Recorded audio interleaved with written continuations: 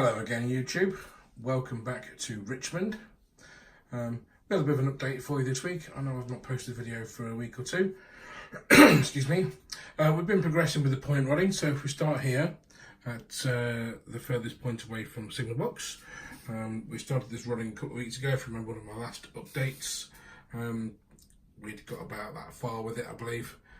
We've since gone all the way around here onto this curve. You'll see the compensators are there and there. We messed up a little bit here, and we didn't compensate for the curve and add extra bits of plastic to the outer rods to keep all the rollers in line. Although we did sort of sort it out from there, so there's only a couple of rollers that are out of sync. Excuse me. So we got round to here, which is where the engine shed tracks go off. On the Rail Richmond, of course, this bit doesn't exist because it's on the other side, of the track. It's this side next to the goods shed. But obviously, due to space constraints, we can't fit that in. So yes, so we've got it under the track there. We've put some rods in. We're going to tidy up this and put some extra missing bits in there and there when I've got some offcuts when I've finished everything on the main run. It's a tad untidy in places, but I'm happy with it, and it's not bad for a first attempt. So it goes back under the engine shed roads there. I'm doing the same thing, and we've got to here, and this is what I've been doing this afternoon. Let's hold the camera steady. So there'll be the original 5 rods from that run there coming round, and we've got 3 of them sort of starting already. We put them in like this. We don't glue them together because we glue the ends together, and then we just join the rollers together later when the glue's cured, just so, because it's quite fiddly.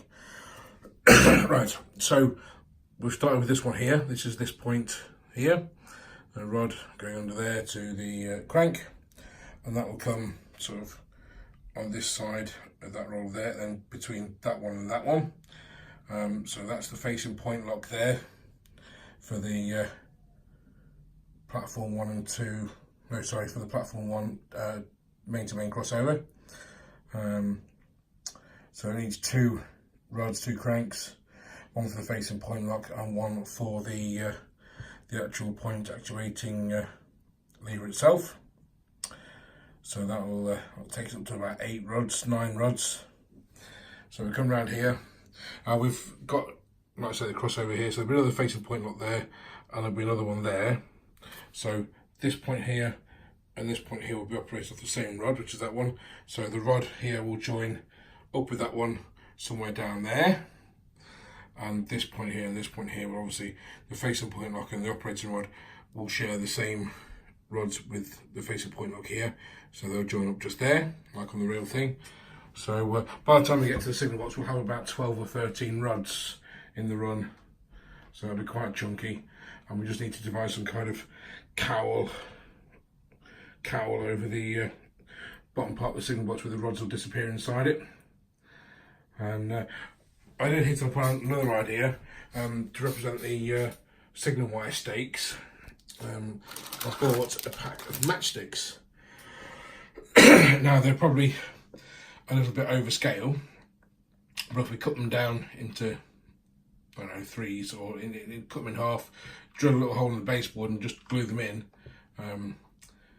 every sort of 3, every 2 or 3 rods, rod rollers next to the rodding run, so we have the signal wires as well. But obviously we're not going to put the wires in because that's way too fiddly. And that, I'm afraid, is all I've been doing to the layouts of late.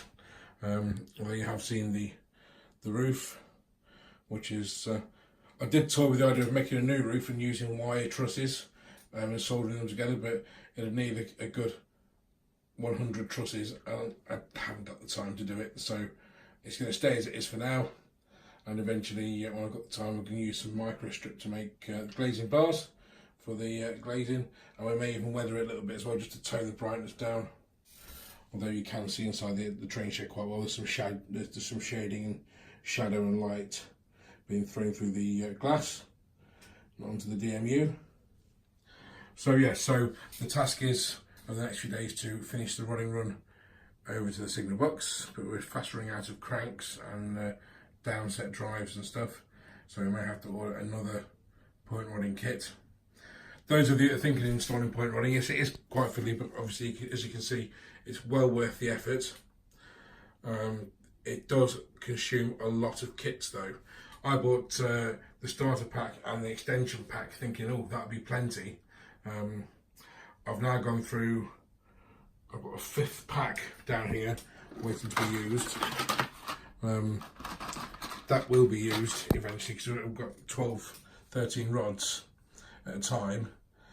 Each sprue only has 4 on, so there are 8 sprues in this pack.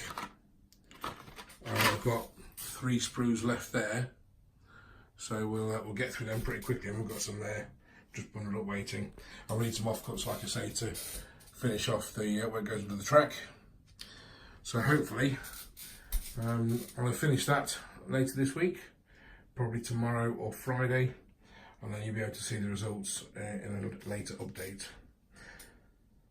Also on a update note, I will be putting a deposit down on the Northeastern rail car that Rails are doing with I think it's Heljan that are doing it with Rails, and I may even be putting a deposit down on the gas turbine locomotive GT3 that is being built with a crowdfunding project.